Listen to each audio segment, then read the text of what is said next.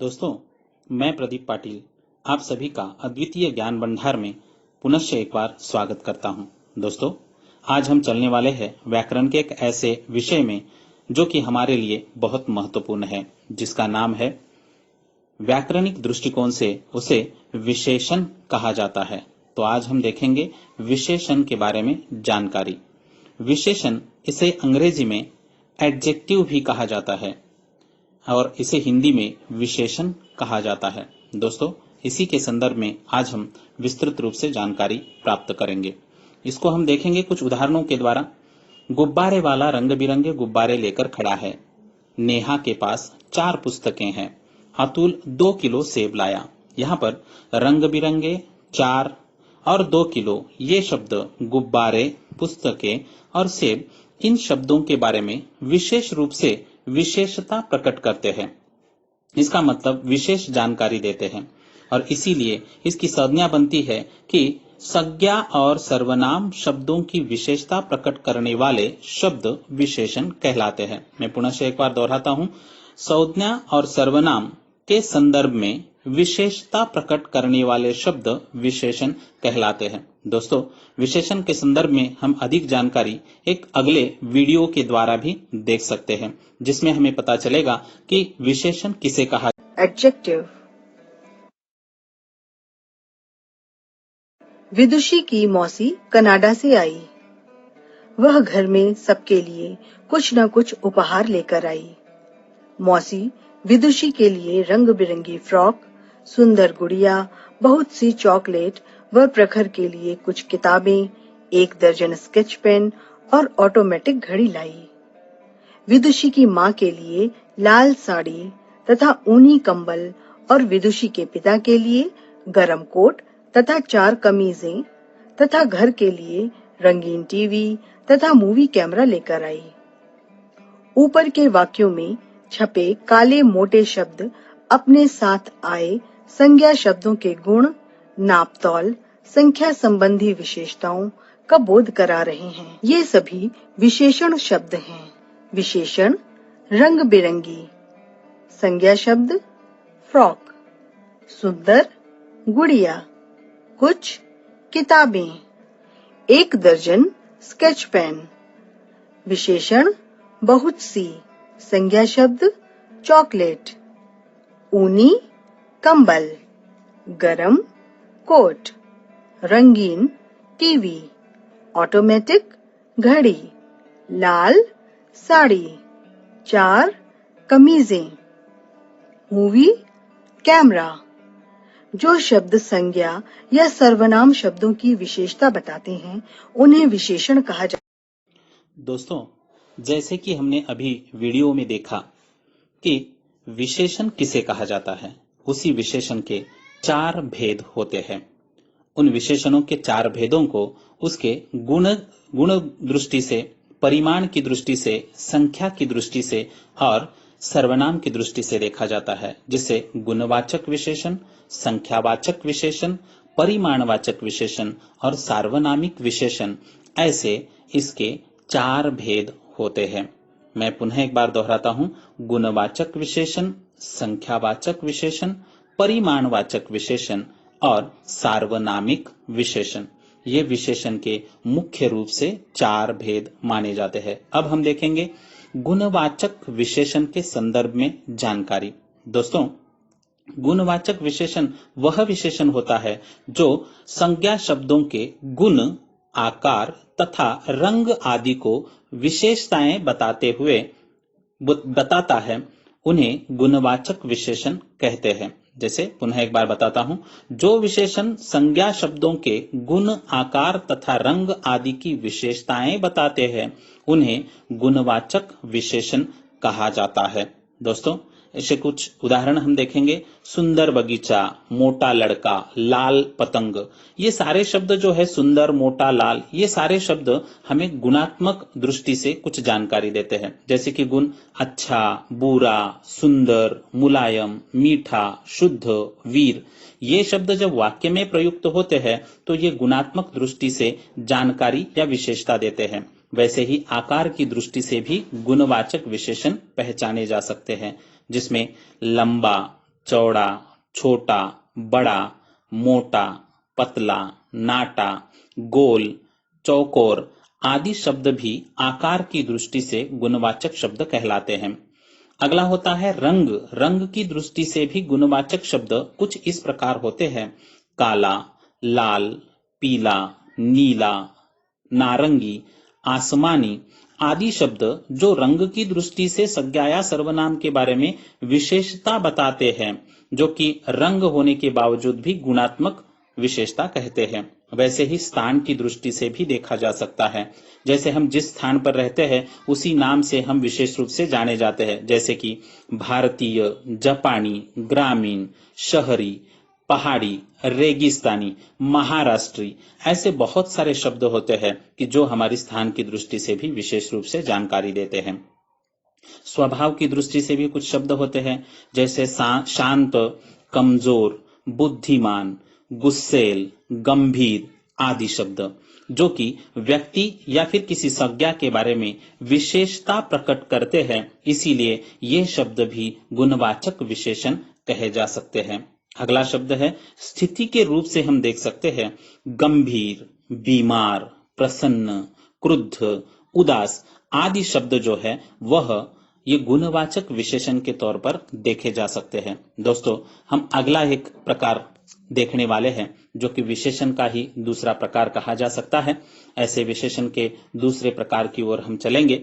उससे पहले आप फिर से एक बार इसे ध्यान में रखिए।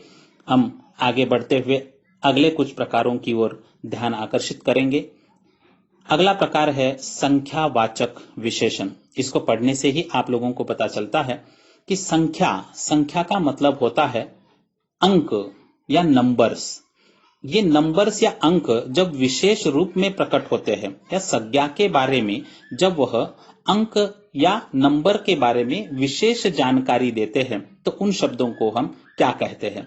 जो विशेषण शब्द संज्ञा शब्दों की संख्या तथा क्रम आदि की विशेषताएं बताते हैं उन्हें हम संख्यावाचक विशेषण कहते हैं। देखिए, जो विशेषण शब्द संज्ञा शब्दों की संख्या तथा क्रम आदि की विशेषताएं बताते हैं उन्हें हम संख्यावाचक विशेषण कहते हैं। दोस्तों, इसे हम ऐसे भी कहेंगे कि संख्या संबंधी विशेषता बताने वाले शब्दों को संख्यावाचक विशेषण कहा जाता है। मैं आप लोगों को बताऊं कि संख्यावाचक विशेषण के भी दो प्रकार होते हैं, जो कि हम इस नाम से जानते हैं: निश्चित संख्यावाचक विशेषण और अनिश्चित संख्यावाचक विशेषण। ये दोनों भी जो है ये वाक्यों में अपना अपना महत्व लेकर आते हैं। आप लोगों को तो इन दोनों शब्दों का अर्थ मालूम है। निश्चित का मतलब है कंफर्म और अनिश्चित का मतलब है जो कंफर्म न हो। जैसे कि निश्चित संख्या हम कह सकते हैं मुझे 2 रुपए दे दो। 2 का मतलब है कि जो नंबर है वो कंफर्म है। निश्चित संख्या वाले कुछ विशेषण शब्द होते हैं। देखिए, 3, 5, 7, 100, 1000 या करोड़ ऐसे शब्द जो वाक्य में आते हैं तो कंफर्मली या फिर निश्चित रूप से अपनी विशेषता प्रकट करते हैं। जैसे कि रामू को 1000 रुपए मिले। 1000 ये कंफर्म है, इसीलिए ये निश्चयवाचक सर्वनाम शब्द है। या अनिश्चित संख्यावाचक शब्द जो होते हैं वो होते हैं कुछ, कई, बहुत से आदि। ये शब्द निश्चित रूप से जानकारी नहीं देते हैं, इसीलिए इनको ये संख्यावाचक शब्द होने के बावजूद भी ये अनिश्चित संख्यावाचक शब्द के रूप में पहचाने जाते हैं। देखिए दोस्तों, ऐसा ही एक उदाहरण अगला हम देखने वाले हैं, जो कि विशेषण का अगला प्रकार परिमाणवाचक विशेषण। परिमाण का मतलब होता है नाप तौल, जिसे हम तौल सकते हैं, नाप सकते हैं। ऐसे शब्द जब वाक्य में आकर विशेषता प्रकट करते हैं तो उनको हम परिमाणवाचक विशेषण कहते हैं। जैसे कि देखो, परिमाणवाचक विशेषण की परिभाषा कुछ इस प्रकार बताई जा सकती है: वह विशेषण जो अपने विशेषों की निश्चित या अनिश्चित मात्रा का बोध कराए परिमाणवाचक विशेषण कहलाते हैं। पुनः एक बार कहता हूं, वह विशेषण जो अपने विशेषों की निश्चित या अनिश्चित मात्रा का बोध कराते हैं परिमाणवाचक विशेषण कहलाते हैं।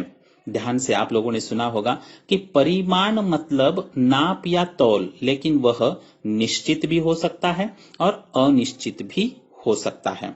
दोस्तों, ऐसे शब्द जब वाक्य में आते हैं तो उनके भी दो भेद होते हैं, एक निश्चित परिमाणवाचक विशेषण और दूसरा अनिश्चित परिमाणवाचक विशेषण।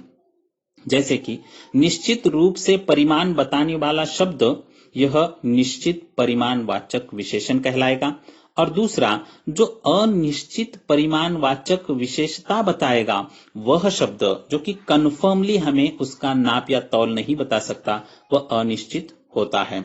जैसे कि निश्चित परिमाणवाचक विशेषण के अंतर्गत नाप, तौल या माप निश्चित हो, जैसे 1 किलो दाल, जैसे 2 मीटर कपड़ा आदि जो वाक्य है इसमें निश्चित रूप से 1 किलो, 2 मीटर ये शब्द जो है वो हमें विशेष रूप से नजर आते हैं और जानकारी देते हैं, इसलिए वह निश्चित परिमाणवाचक है।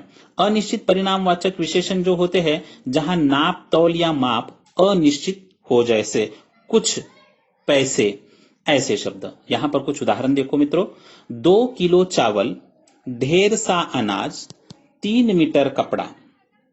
अब पुनः एक बार मैं इसकी परिभाषा आप लोगों को बताता हूं। जो विशेषण शब्द संज्ञा के मापतौल का बोध कराते हैं उन्हें परिमाणवाचक विशेषण कहते हैं। कुछ परिमाणवाचक विशेषण इस प्रकार होते हैं, जैसे कि मापने के लिए जो शब्द इस्तेमाल किए जाते हैं वे शब्द है 2 लीटर, 1 कटोरी।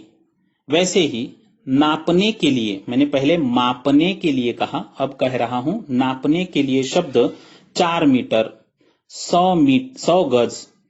अब नापने के लिए जो शब्द होते हैं वो हम नाप लेते हैं, जैसे कि हम शर्ट का कपड़ा लेते समय नाप कर उसका माप लेते हैं, और तौलने के लिए होता है 1 किलो 100 ग्राम। दोस्तों, अगला एक प्रकार है सार्वनामिक विशेषण। विशेषण का अंतिम प्रकार, जिसमें सार्वनामिक का मतलब होता है सर्वनाम से। जो सर्वनाम किसी संज्ञा से पहले आकर उसकी विशेषता बताता है उसे सार्वनामिक विशेषण कहते हैं। देखिए, सर्वनाम शब्द भी कभी कभी विशेषता प्रकट करता है, इसीलिए ऐसे शब्दों को सार्वनामिक विशेषण कहा जाता है। देखिए दोस्तों, मैं पुनः एक बार कह रहा हूं कि वह सर्वनाम शब्द जो संज्ञा शब्द से पहले आकर उसकी विशेषता बताते हैं सार्वनामिक विशेषण कहलाते हैं। ये शब्द हमेशा सर्वनाम संज्ञा से पहले आते हैं, जैसे कि वे फल सड़ गए, यह किताब सुशांत की है, इस लड़के ने शीशा तोड़ा। यहाँ पर वे, यह और इस, ये शब्द जो है वे सर्वनाम शब्द है लेकिन संज्ञा से पहले आते हैं, जैसे कि फल से पहले वे, किताब से पहले यह और लड़के से पहले इस। इसलिए ये शब्द यहाँ पर विशेषता प्रकट करते हैं या जानकारी देते हैं, इसलिए ये सार्वनामिक विशेषण है। चलिए दोस्तों, इसी के साथ मैं विदा लेता हूं। अद्वितीय ज्ञान भंडार में आप उपस्थित रहे इसलिए आपका बहुत बहुत धन्यवाद। इससे आगे भी हम बहुत सारे ऐसे वीडियोज के साथ जुड़े रहने वाले हैं और अन्य भाषाओं पर या अन्य विषयों पर हम चर्चा करने वाले हैं। चलिए, तब तक के लिए धन्यवाद, आदाब, नमस्कार।